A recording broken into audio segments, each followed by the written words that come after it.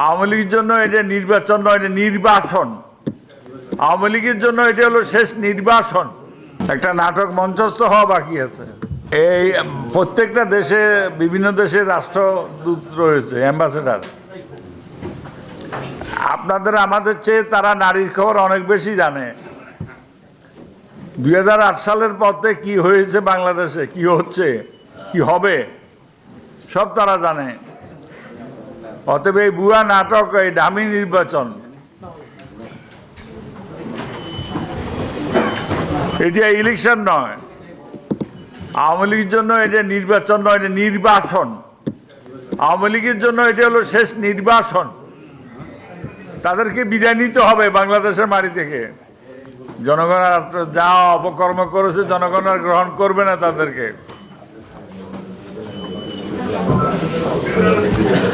2008 থেকে শুরু করে 2023 পর্যন্ত, 24 পর্যন্ত এই দেশটাকে তারা লুটপাট করে খেয়েছে।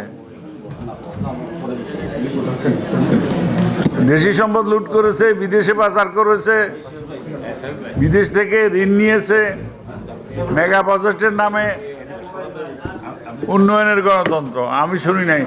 গণতন্ত্র আর উন্নয়ন পাশাপাশি একই শব্দ রাজনীতিতে। গণতন্ত্র না দেখলে সেই দেশে উন্নয়ন হইতে পারে না।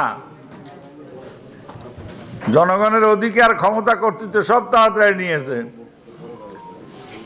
বডি মুভমেন্ট দেখলে বুঝা যাবে যে তারা কি হিটলারের মতো আচরণ করতেছে। এই যে তথাকথিত নির্বাচন কমিশন, নির্বাচন কমিশন বলছে যে আগের মতো আর রাতে ভোট হবে না। তার অর্থ আগের রাতে ভোট হয়েছে, ইনডাইরেক্টলি স্বীকার করে নিয়েছেন। আগের মতো রাত ভোট হবে না, তার অর্থ আগে হয়েছে রাতে ভোট।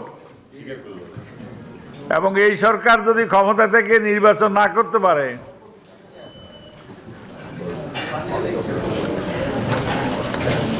নির্বাচন কমিশন বলছে যে বাতিল করবে।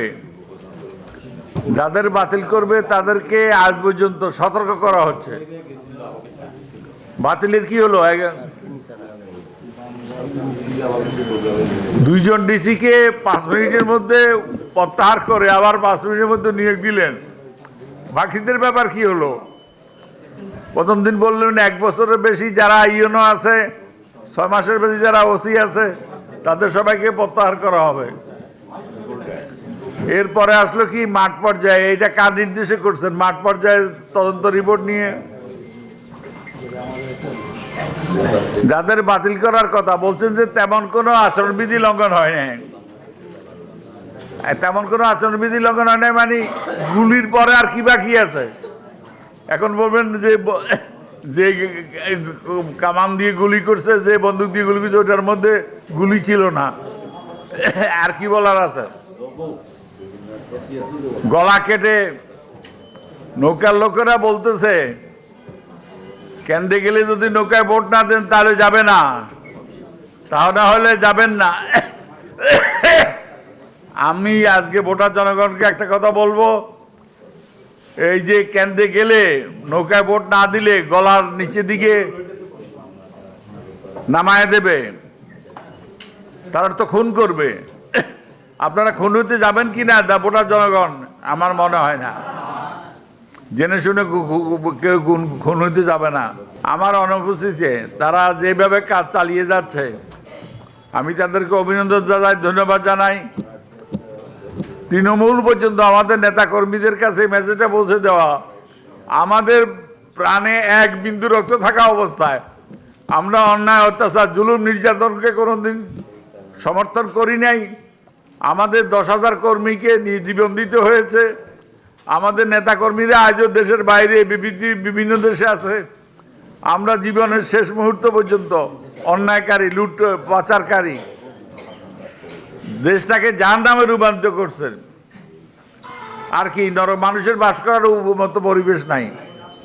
এটার বিরুদ্ধে রুখে দেওয়ার জন্য আহ্বান জানিয়ে 7 তারিখে নির্বাচন, দেশের জনগণ অংশগ্রহণ করবে না, আমরা অংশগ্রহণ করব না। এই নির্বাচনে অংশগ্রহণ করার প্রশ্নই উঠে না। যে কোনো কিছুর বিনিময়ে জীবনে বাজি রেখে 7 তারিখের এই প্রহসন, ভুয়া এই নাটককে রুখে দাঁড়ানোর জন্য আহ্বান রেখে আমার বক্তব্য এখানে শেষ করছি। শহীদুল মাহমুদ সভা পরিচালনা করতেছে, তাকে অনুরোধ করবো সভা অব্যাহত তারপর তার অব্যাহত রাখার কাজটা রাখার জন্য। ঠিক আছে। যেই শিশুটা আগামীকালকে জন্মগ্রহণ করবে তার মাথায় লক্ষ লক্ষ কোটি টাকা ঋণ আছে। শুধু দেশের ভিতর ব্যাংক লুট করে শেষ করেন নাই, বিদেশ থেকে যে ঋণ আনছেন 1 টাকা যা 100 টাকা খরচ করে লুটপাট করে সেই টাকা বিদেশে পাচার করেছেন। ওভার ইনভয়েসিং, আন্ডার ইনভয়েসিং দেখিয়ে টাকা বিদেশে পাচার করিয়েছেন। সবাইকে ধন্যবাদ। আমি ধিক্কার জানাই সরকারকে, যারা সম্মান দিতে পারে না কিন্তু সম্মান হরণ করে। বাংলাদেশের জন্মের পর একমাত্র নোবেল লরেট ডক্টর মোহাম্মদ ইউনূসকে ফরমাশি আদালত যে 6 মাসে জেল দিয়েছে, ন্যাশনাল পিপুলস পার্টি জাতীয়তাবাদী সমমনা জোটের পক্ষ থেকে তীব্র নিন্দা এবং ঘৃণা জানায়। সংগ্রামী ভাইয়েরা আমার, এই আওয়ামী সরকার যতবার ক্ষমতা আসছে 1972 সাল থেকে ততবার এদেশের অমঙ্গল কামনা আসছে। দেশকে একটা দুর্নীতিবাজ সরকার হিসেবে পরিণত করেছে, বিশ্বের মানচিত্রে একটা দুর্নীতিবাজ সরকার হিসেবে পরিচিত করেছে বাংলাদেশকে। এই সরকার এমন করে ঘৃণিত কাজ করেন নাই যা বলা যাবে না। এই সরকারের সময়, এই আওয়ামী সরকারের সময় প্রথম বাংলাদেশের ভোট ডাকাতি হয়। সেটা হয়েছিল 1972 সালে। কুমিল্লার একজন নেতাকে 73 সালে কুমিল্লার একজন নেতাকে জিতানোর জন্য বঙ্গভবনে সেটাই করা হয়েছিল। গুম খুম এক্সট্রা জুডিশিয়াল কিলিংও সেই সময় থেকে শুরু হয়েছিল। আর শেখ হাসিনা 2014 সালে যেভাবে নির্বাচন করেছে, 2018 সালে যেভাবে নির্বাচন করেছে, ঠিক সেইভাবে একই নিয়মে আর একবার নির্বাচন করে তার ক্ষমতা পাকাপোক্ত করার জন্য আবার 5 বছর থাকতে চায়। কিন্তু বাংলার মানুষ, এদেশের জনগণ এটা দিতে চাবে না, এটা হতে পারবে না। তার জন্য আমরা এই নেতাদের বলি, সবাইকে এক মঞ্চে আসতে হবে। কে ডান, কে বাম, কে ইসলামিক, কে অন্য অন ইসলামিক দল, সেটাকে চিন্তা করলে হবে না। চিন্তা করতে হবে একটাই, যে শেখ হাসিনার পতন যারা চায় তাকে সবাইকে এক মঞ্চে এনে আন্দোলন করতে হবে।